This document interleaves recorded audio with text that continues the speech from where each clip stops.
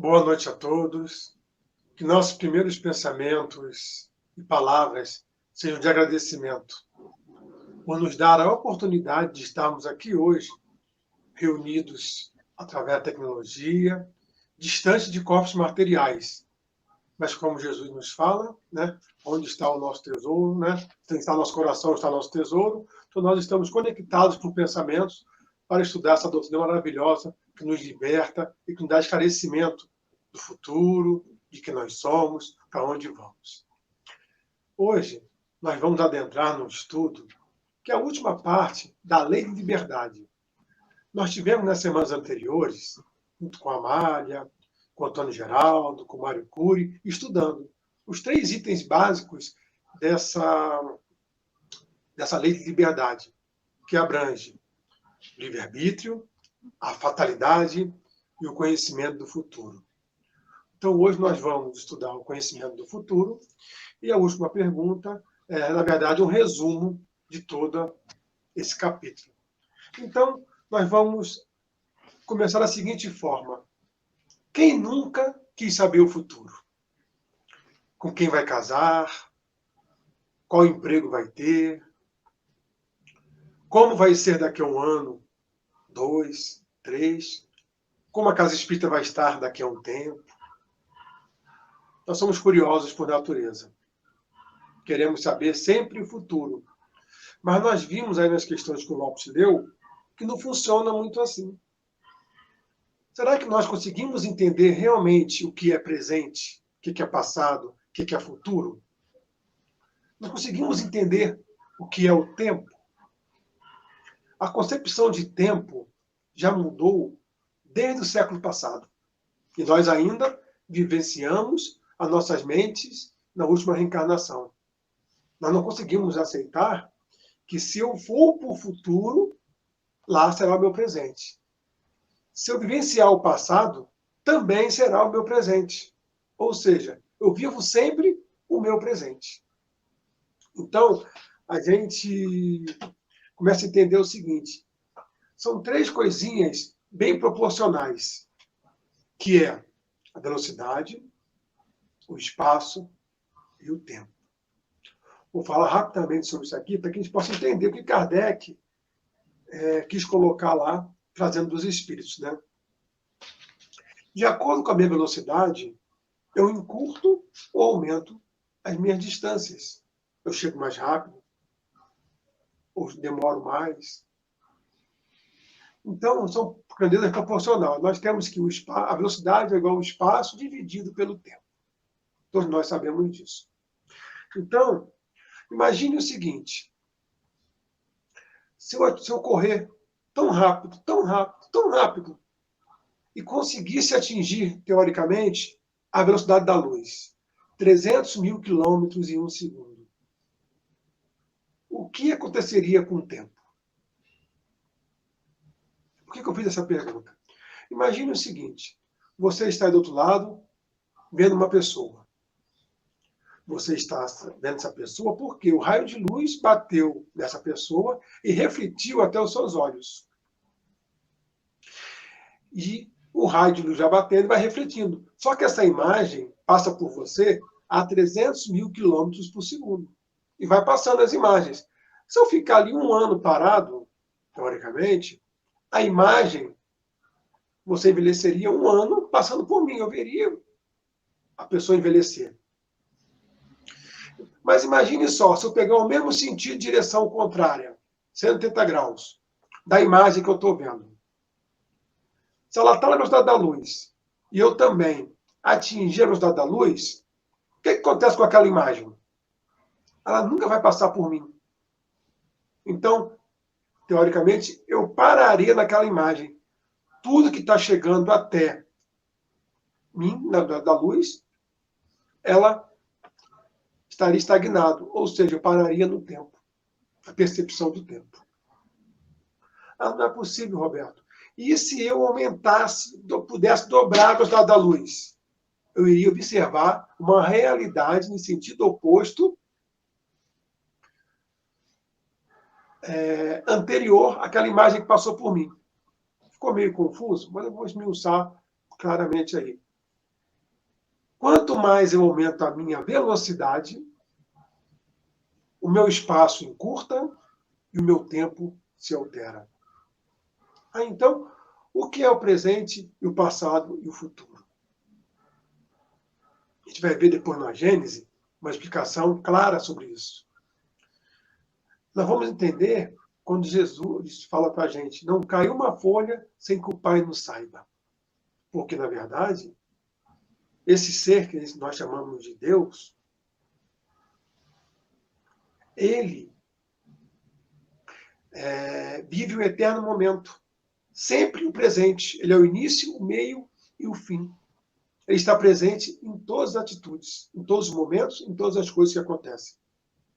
Nós não compreendemos isso ainda, porque nós somos tão materializados que não conseguimos atingir sequer a velocidade da luz.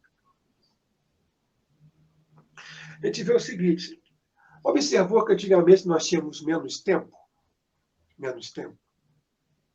E a tecnologia nos veio encurtar esse tempo. Aliás, alargar esse tempo. Nós hoje, antigamente eu lembro que eu ia para o Rio de carro com meu pai, no Fusquinha ou no Fiat 147, 3, 4 horas de viagem até o Rio. Mais 3, 4 horas para voltar, para ver uma pessoa. Hoje em dia eu levo 1h30 de carro até o Rio. Eu pego o telefone, ligo, faço uma chamada de vídeo e resolvo as coisas em 2 minutos. Ou seja, está sobrando tempo. Está sobrando tempo. Isso é proposital. O que eu estou fazendo com o meu tempo? Onde eu estou utilizando? Nos prazeres da matéria? No estudo? Proporcionando o entendimento das leis de Deus? Entendimento de como devo viver, quem eu sou. Hoje a humanidade avançou intelectualmente de uma forma fantástica e moralmente. O tempo é justamente para que possamos avançar moralmente, mas nós ainda não entendemos como utilizar esse tempo. Os espíritos nos dizem, quando eles querem nos observar, eles nos olham no que fazemos no nosso tempo livre. Porque no tempo que eu estou na casa espírita, eu sou bonzinho.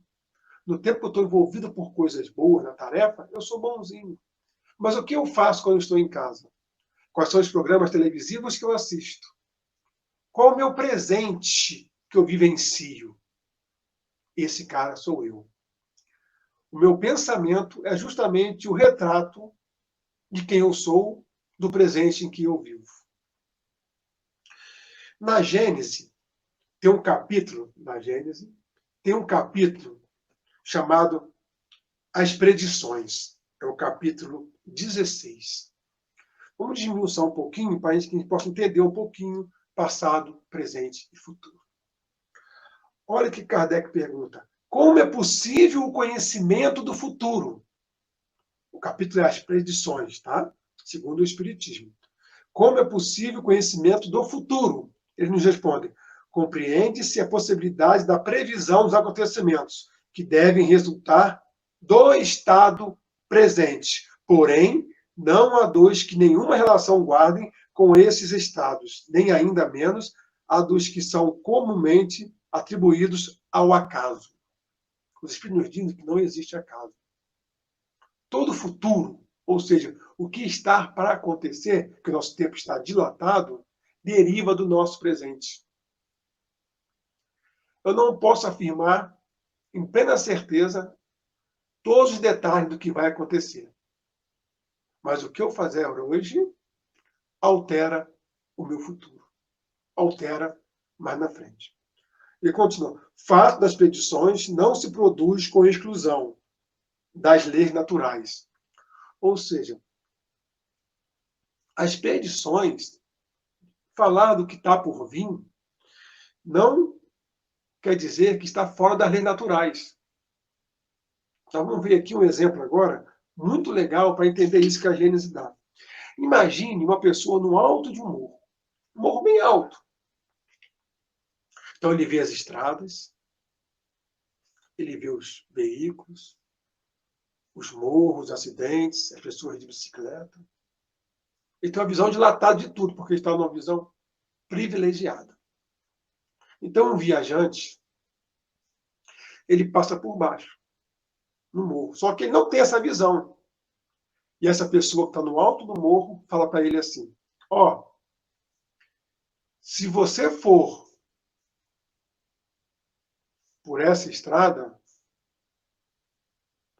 daqui a uma meia hora, mais ou menos, você vai encontrar um grande engarrafamento.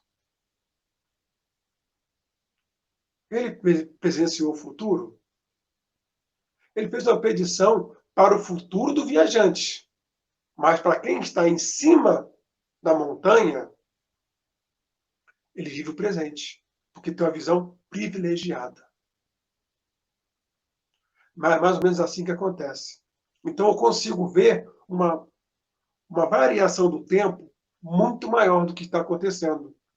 Então, quanto mais livre da matéria eu estou, maior velocidade eu alcanço, mais dilatada é a minha percepção do momento presente. Então eu consigo ter plena visão do que acontece. Então, quanto mais elevado é o espírito, maior chance ele tem, maior percepção do tempo ele tem. E continua assim na Gênesis, ó.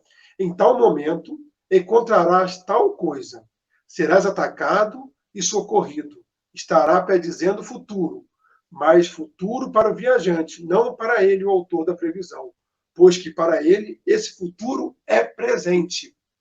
Então, qualquer um que esteja com uma visão mais à frente está vivendo o seu presente. O que eu falei aqui. Continua assim na Gênesis, ó. Os espíritos desmaterializados são como um homem da montanha. O espaço e a duração não existe para eles, mas a extensão e a penetração da vista são proporcionadas à depuração deles e à elevação que alcançam da hierarquia espiritual. Com relação aos espíritos inferiores, aqueles são quais homens munidos de possantes telescópicos, ao lado de outros que apenas dispõem dos olhos. É como se eles tivessem telescópios e conseguissem ver mais à frente. Mas dizer o futuro é muito complicado. Por quê? Porque vai depender do que eu faço hoje. Lá no Livro dos Espíritos ele fala que eles podem dizer o que está prestes a acontecer, mas não a forma que vai acontecer. Porque senão não teria livre-arbítrio. Porque senão existiria fatalidade. Nós vimos nos estudos anteriores que não funciona assim. Quando a gente vê predizer o futuro, nós já temos várias predições, mas nenhuma nos satisfaz. Então, vamos ver aqui que Jesus, alguns livros espíritas, a doutrina espírita, o Evangelho, está repleto de predições, está repleto de coisas que vão acontecer, mas não falam quando, não falam de que forma, porque depende de nós. Eles têm uma visão dilatada desse tempo. Vamos ver aqui. Aí ele fala assim, ó, bem se compreende, pois, que de conformidade com o grau de sua perfeição possa o espírito abarcar um período de alguns anos, de alguns séculos, mesmo de milhares de anos, porquanto que é um século em face do infinito. Nós somos imortais. Nós vamos viver sem ter um fim. O que é um século? O que é um milênio perto disso? Quando Jesus nos fala que nenhuma ovelha vai se perder, ele fala com convicção, ele não deixa dúvida. Um espírito crístico como ele tem uma visão muito mais dilatada do tempo do que nós. Como um espírito primitivo, tem uma visão muito dilatada do tempo, né, muito menos dilatada do tempo do que nós. Quer ver um exemplo legal? Quando nós sonhamos, às vezes a gente sonha toda uma vida, infância, juventude, em questão de minutos. Mas no sonho, eu tive a percepção de toda uma existência. Se passaram apenas alguns minutos. Aí, nesse capítulo da Gênesis, eu estou pulando assim, só falando alguns trechos, mas quem quiser ler, está lá, capítulo 16, tá? Ele fala bastante sobre esse tema aí. Aqui. Ele vê simultaneamente o começo e o fim do período. Todos os eventos que nesse período constituem o futuro para o homem da Terra são o presente para ele, que poderia então vir dizer-nos, são o presente para ele, que poderia então vir dizer-nos, com certeza, tal coisa acontecerá em tal época. Todos nós podemos prever quando vai acontecer um eclipse. A ciência nos proporciona isso. Todos nós podemos dizer que amanhã o dia vai clarear. Não sei se vai ser nublado, mas vai clarear. Estou dizendo o que vai acontecer. Tem espíritos que vêm em séculos, milhares de anos à frente. Mas, na verdade, não está vendo o futuro. É o presente dele. O nosso porvir. Os se lhe conservarem desconhecidos o bem e o mal, com que topará constitui para o homem uma prova. Porque se nós soubermos o que vamos passar, aonde terá o mérito em vencer? Se eu lembrar das minhas provas e expiações escolhidas, quando eu for passar, eu vou dar muito mais atenção àquilo. Será que eu vou estar mostrando quem realmente eu sou? Que as provas e expiações nós escolhemos, amparados por espíritos muito mais elevados.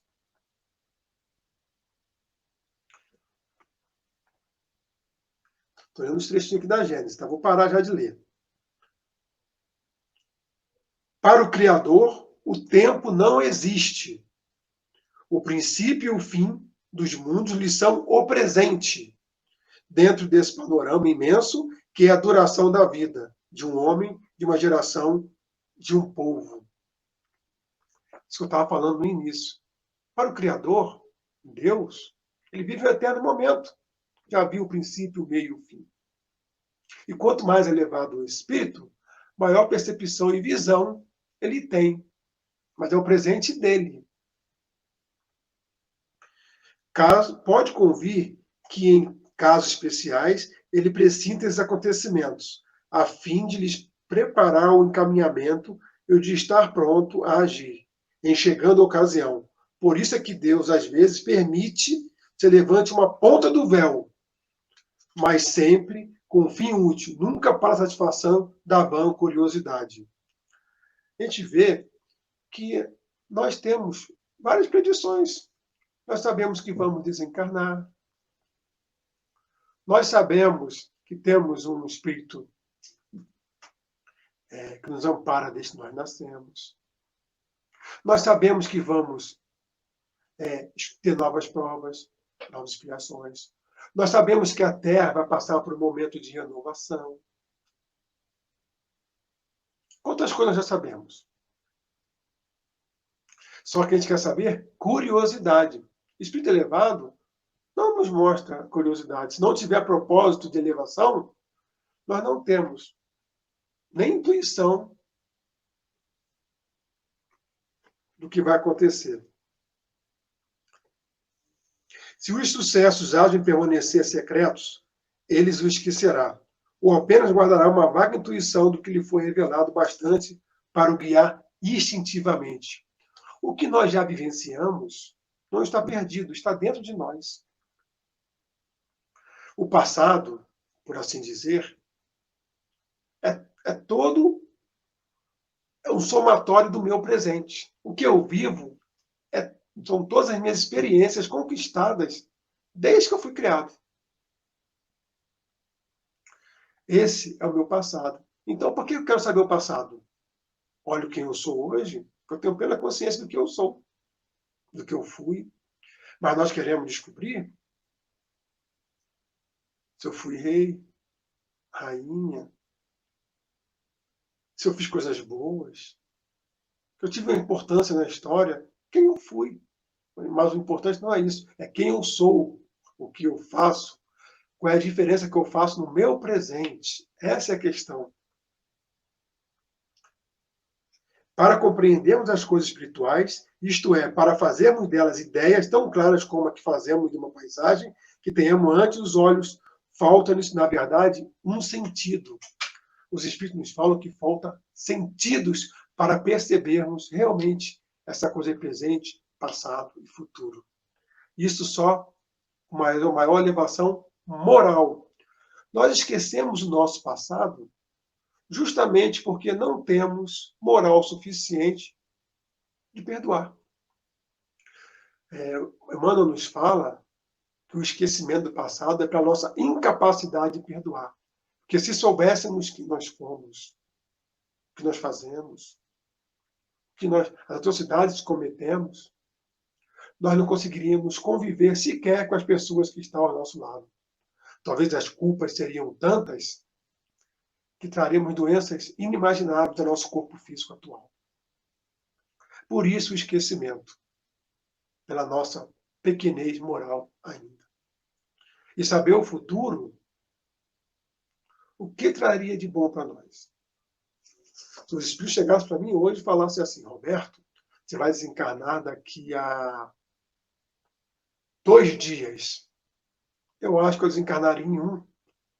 Ficaria ansioso, ia querer fazer tudo que eu não fiz no tempo hábil, porque eu iria desencarnar. Eu tenho que estar pronto para desencarnar hoje. Eu tenho que estar pronto para viver o amanhã hoje, porque o amanhã não existe, só existe o hoje. Meu amanhã será meu hoje.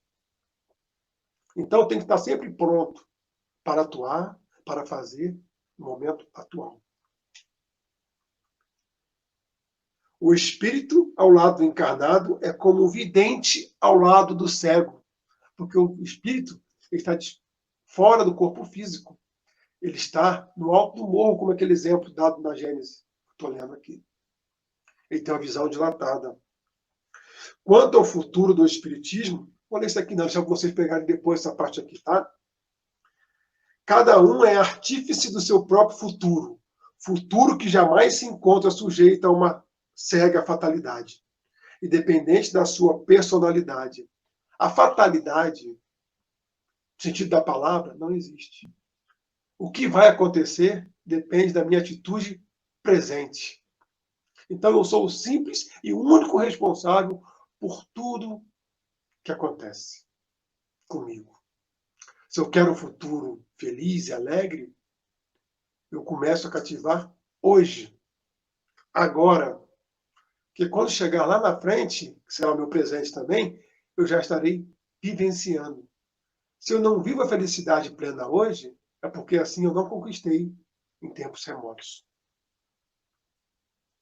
O tempo como espaço não pode ser avaliado senão com o auxílio de pontos de referência que o dividem em períodos que o contêm. Nós temos referências. O nosso dia é a rotação da Terra.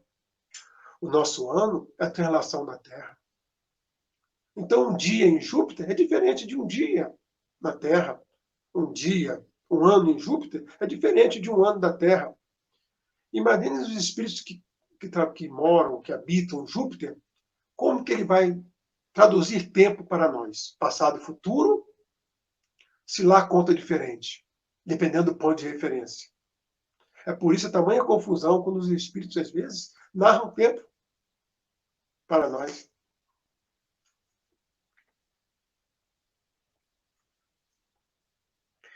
Nenhuma data precisa existe realmente, senão depois que o acontecimento se tenha dado.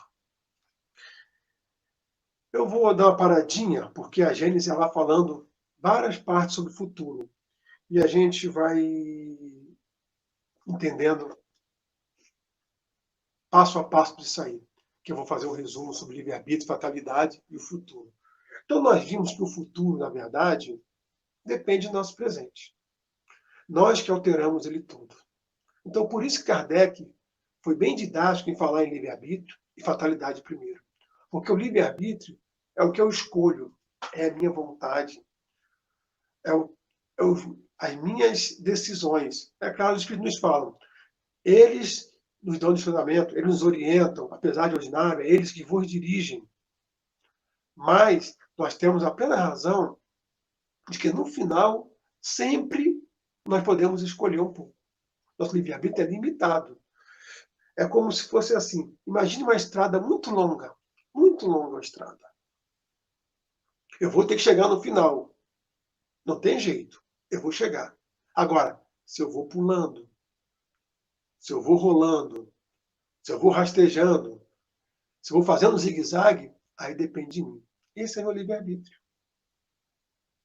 Então, no pular, no ralar, no correr, vou me machucando. Eu vou descobrindo a melhor forma de chegar.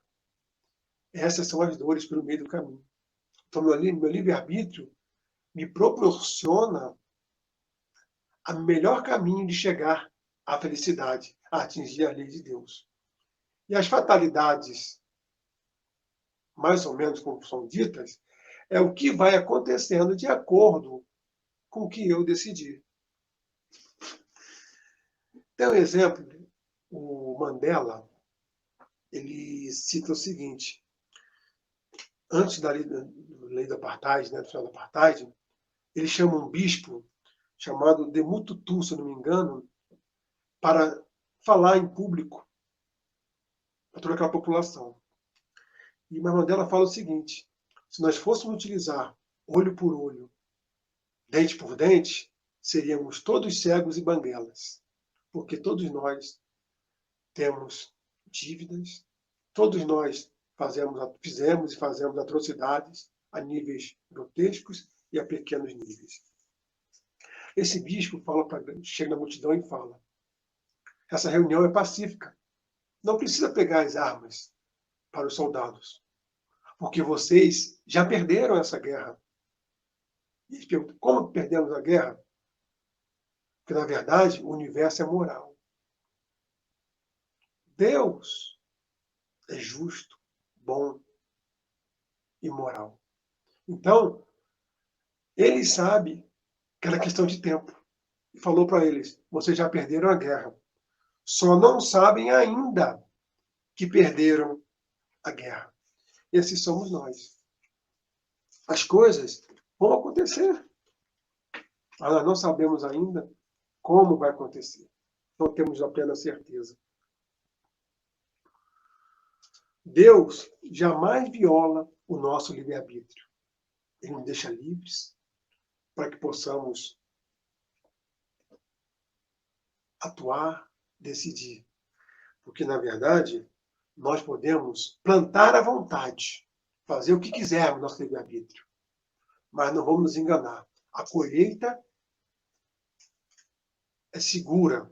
A colheita é aquela colheita obrigatória. Ninguém vai ao Pai até pagar o último centil. E nada fica despercebido. Por quê? Porque Deus vive no eterno momento. Ele está em tudo, em todos. Então, a gente vê o seguinte: nós não temos mais desculpa. Antigamente, por que uma criança nasce desprovida dos membros, morre em tenridade? Por que uns nascem ricos, outros pobres? Está nos mistérios de Deus. Era a nossa resposta antigamente. Por que acontece isso ou aquilo? Pessoas com cânceres, outras sem nada. Está nos mistérios de Deus. Mas hoje, com a doutrina espírita, veio nos revelar grandes coisas do futuro. Mas nós não atentamos a isso ainda. Ela vem nos explicar, passo a passo, como as coisas acontecem, que só existe presente. Vem nos explicar que precisamos realmente mudar nossa postura se quisermos ser felizes. É mais ou menos assim. Deus está em tudo. Então a gente olha e sente, se conecta por Wi-Fi com Ele. Mas se nós não conseguimos senti-lo, se vibrarmos nas suas leis, nós vamos nos conectar por fio. E com fio, às vezes, estamos dando uma lambada. Não é assim que funciona? Nós estamos conectados por fio. Mas daqui a pouco estamos por aí vai. Sentimos em todos os momentos Deus. Hoje a gente percebe que as igrejas, sendo espíritas, budistas, hindus, estão lotados. Lotados. A maioria é cristãos, seguindo Jesus. Mas será que nós hoje realmente entendemos as predições de Jesus? Entendemos o futuro que ele veio nos revelar? Eu falo que hoje nós vivemos uma grande hipocrisia religiosa. Nós não fazemos o que Jesus fala. Mas estamos chegando lá. A gente fala, minha vida é um caos. A minha vida é um tormento. Mas não existe a lei do de repente. Kardec não criou a lei do de repente. Os Espíritos nos falam que existe a lei de causa e efeito. Nada acontece de um dia para o outro. Nós vamos cativando aos poucos. Nós vamos cultivando, criando. Nós vamos fazendo aos poucos. Então, tudo é gradativo. Tudo é gradativo. Eu reclamo da minha vida financeira, às vezes. Não tenho dia suficiente para comprar o que eu queria, fazer o que eu penso. Mas como é que eu agia no meu ensino médio, no meu ensino fundamental? Eu sempre falo isso com meus alunos. Eu matava a aula. Eu colava nas provas. Eu não prestava atenção. Ficava de bagunça o tempo todo. Eu estou colhendo aquilo que eu cultivei lá atrás. Então eu usei meu livre-arbítrio. Foi fatalidade? Eu não consegui passar no concurso? Estava escrito? Foi expiação? Foi prova? Não. Talvez seja um caminho que eu percorri, que eu busquei. Então, na verdade, eu não posso reclamar da minha vida. Foi a vida que eu criei, porque o meu pensamento é um retrato da minha vida. A gente vê que Jesus não fala que segui-lo seria ausência de dor. A gente vê bem claro que ele fala assim, eu lhes enviarei o Consolador. Consolador. Prometido. Por quê? Porque os seguidores do Cristo sentem dor. Os seguidores do Cristo estão em constante transformação do seu livre-arbítrio, anunciando as coisas. Então, ele ia consolar quem sente dor. O mundo hoje é de dor. Pelas nossas escolhas do passado, sim. Pela nossa ignorância da lei de Deus. Mas hoje, nós já temos conhecimento suficiente, trago para a doutrina espírita, de como mudar, de como ser diferente. A chave para o entendimento é a reencarnação. A chave para o entendimento da lei de Deus é a lei de causa e efeito. É entender que tudo que nós fazemos tem reflexo em nós, nos outros, em todo o universo. Que nós estamos no contexto de Deus.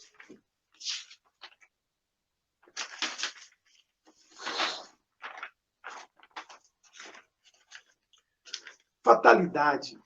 Muita gente fala que não tem, o destino já está traçado, não tem como mudar. Vou dar um exemplo, vou ver a hora aqui, né? Vou dar um exemplo para entender fatalidade. Imagine uma festa no salão, onde eu convido várias pessoas de vários estados. Todos chegam. Nessa festa, essa casa de festa pega fogo. Morrem todos. Desencarnam todos. Não sobra nenhum. Mas tinha uma pessoa que na hora dele pegar o avião para ir de um estado para o outro, em casa a mulher o atrasou, ele se aborreceu, discutiu, pegou o carro, saiu correndo, bateu no buraco, o pneu furou. Ele trocou rapidamente para não perder o voo, não podia perder essa festa. Correu na esquina do aeroporto, encontrou um grande engarrafamento. Conclusão, perdeu o voo. Não conseguiu embarcar, não conseguiu entrar na festa e não morreu. Não morreu. Ué, aí os repórteres caem em cima, descobriram que ele foi a pessoa que não pegou o voo, né?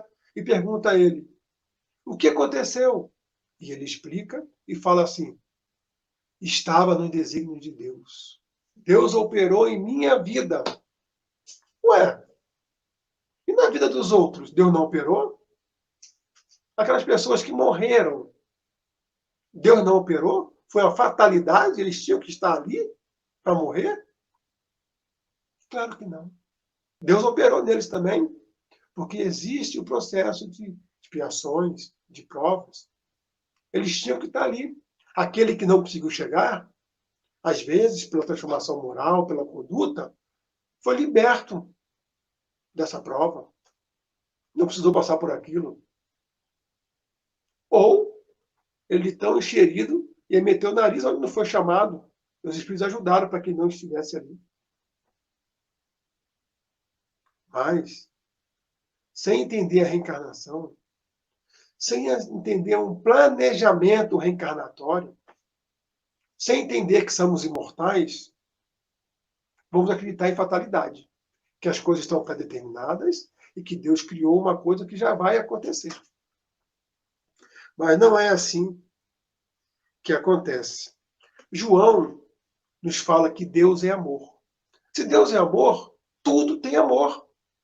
Até na desgraça, na nossa visão de desgraça, aquilo é amor. Nós não entendemos suas leis. Deus sabota todos os meus planos para ser infeliz. E olha que eu tento, hein? Faço um bocado de besteira. Mas muita coisa dá errada. Por quê? Ele me desvia dos erros. Mas algumas vezes ele deixa. Paulo faz assim. Paulo pergunta ao pai assim: Pai, o que queres que eu faça? Não é querer saber o que vai acontecer, para onde eu vou? O que responde? Vai para a cidade. Entra na cidade. Dali é com ele. É livre-arbítrio. E ele fala assim: em tudo dê graça. Por quê? Não existe desgraça. Tudo que acontece conosco é graça de Deus. Tudo que acontece é com sua permissão. Tudo que acontece é para nossa elevação. Nada acontece conosco se não tiver um propósito de elevação do nosso presente. Bastamos entender como essas coisas funcionam. Quer ver um exemplo também legal? Não é para responder nem pensar, tá, gente? É só para acompanhar. Nosso sistema político é corrupto? Nosso sistema político no Brasil atual é corrupto? Os políticos que eu votei e coloquei lá no Congresso, no Senado, na presidência, seja onde for, eles me representam? Claro que não. Não me representam. Eu nunca utilizei um CD pirata. Eu nunca utilizei uma cópia do Windows falsificada. Eu nunca utilizei o Microsoft Word, PowerPoint, sem licença. Eu nunca furei uma fila. Eu nunca dei um jeitinho em algum documento para que saísse mais rápido. Será que Jesus falasse hoje, atire a primeira pedra, aquele que não tem pecado, eu teria coragem de pegar a pedra e tacar? Será que nós não estamos no sistema correto, no presente atual, nosso? Eu falo nosso, da humanidade. A diferença é o acesso que nós temos. As coisas que nós temos. Nós hoje temos um acervo fantástico. Fantástico. Nós temos um acervo de coisas, de entendimento, que não precisamos mais vivenciar o passado, nem querer vivenciar o futuro. Porque quem pratica a caridade e o bem e está com Jesus, está sempre bem. Está sempre de bem com a vida. O presente dele já é o seu futuro, já é o seu passado. Vivenciar a caridade com Jesus é isso. Então nós ainda não vivenciamos na sua plenitude.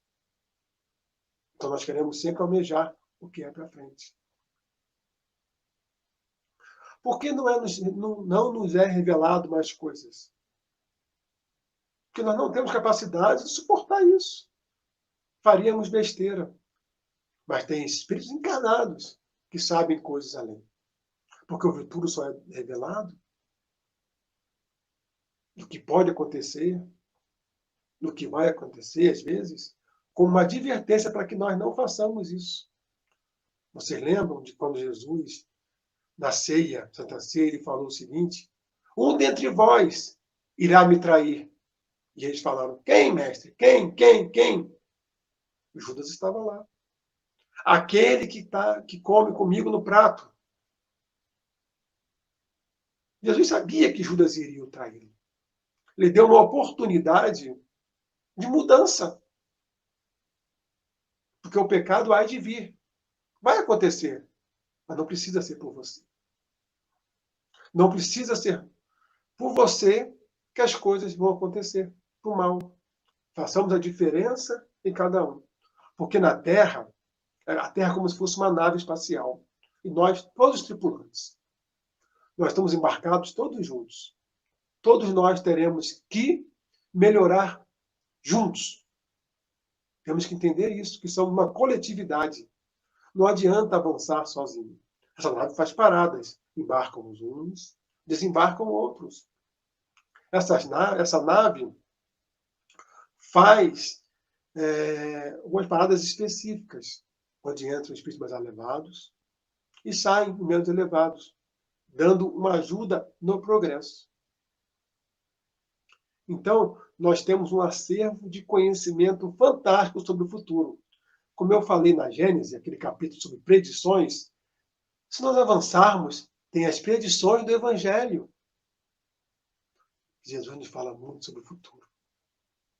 Se avançarmos um pouquinho mais, tem os tempos são chegados, no próximo capítulo, que é o de espírito árabe, que nos dá uma mensagem fantástica do que vai acontecer, de quais são as épocas que vão acontecer. Mas depende de nós. Mas vai acontecer. E depois disso, ele nos fala a nova era, nos dizendo como que será o nosso planeta mais na frente. Mas nós espíritas não conseguimos nem chegar, às vezes, no curso da Gênese, que normalmente é o último curso, é muito científico, o pessoal não gosta. Está repleto de predições de futuro. Está repleto de relevações. Meu rebanho, nenhuma ovelha vai se perder. Está repleto de coisas. Então, saber o futuro só não é nos dado se for para impulso de elevação. Agora, nós às vezes procuramos tanto, que a gente recebe. Vou numa casa, para um médium, não ouço o que eu quero, vou para outra, não ouço o que eu quero, de tanto procurar eu recebo. Por um espírito mistificador, que quer me enganar, um zombeteiro que quer brincar comigo. Eu vou ter a verdade, a minha verdade, porque eu procurei tanto que eu vou receber. Ah, tem pessoas procurando hipnose regressiva para que eu possa descobrir o passado.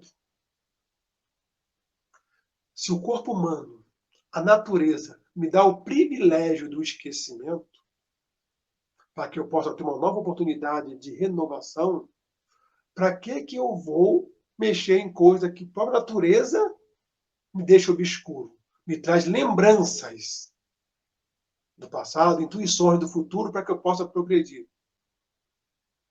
Eu vou mexer, às vezes, em caixa de marimbondo. E depois não vou conseguir vivenciar esses traumas. Eu, pessoalmente, tive uma revelação de uma de minhas encarnações. Preferia não ter sabido. Fiquei triste. Mas observando, analisando, realmente, aquela música, esse cara sou eu, é isso aí. Esse cara sou eu. Hoje melhorado, com uma conduta diferente, resgatando as coisas que eu não pude fazer em outra reencarnação. Mas talvez me disseram, porque eu já tive maturidade desse entendimento. Então, tem uma música, não vou cantar não, tá, gente? Senão espanta todo mundo nessa live aí. que retrata muito isso e eu gosto muito. Já viu aquela música que fala assim? Ando devagar, porque já tive pressa. E levo esse sorriso, porque já chorei demais. Porque cada um de nós compõe a sua história.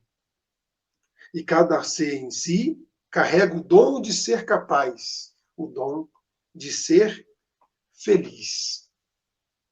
Todos nós corremos muito. Não precisa correr. Todos nós somos ansiosos. Não precisa. Nós somos imortais. A doutrina nos mostra que temos que ser pacientes, perseverantes, e nos dá a receita que foi dada na palestra de terça-feira. Fora da caridade, não há salvação. Ela nos fala que somos espíritos vivenciando um momento muito difícil de expiações e provas, do despertar de quem somos. Deixa eu ver a hora aqui, gente. Em 5 minutos. Do despertar de quem somos.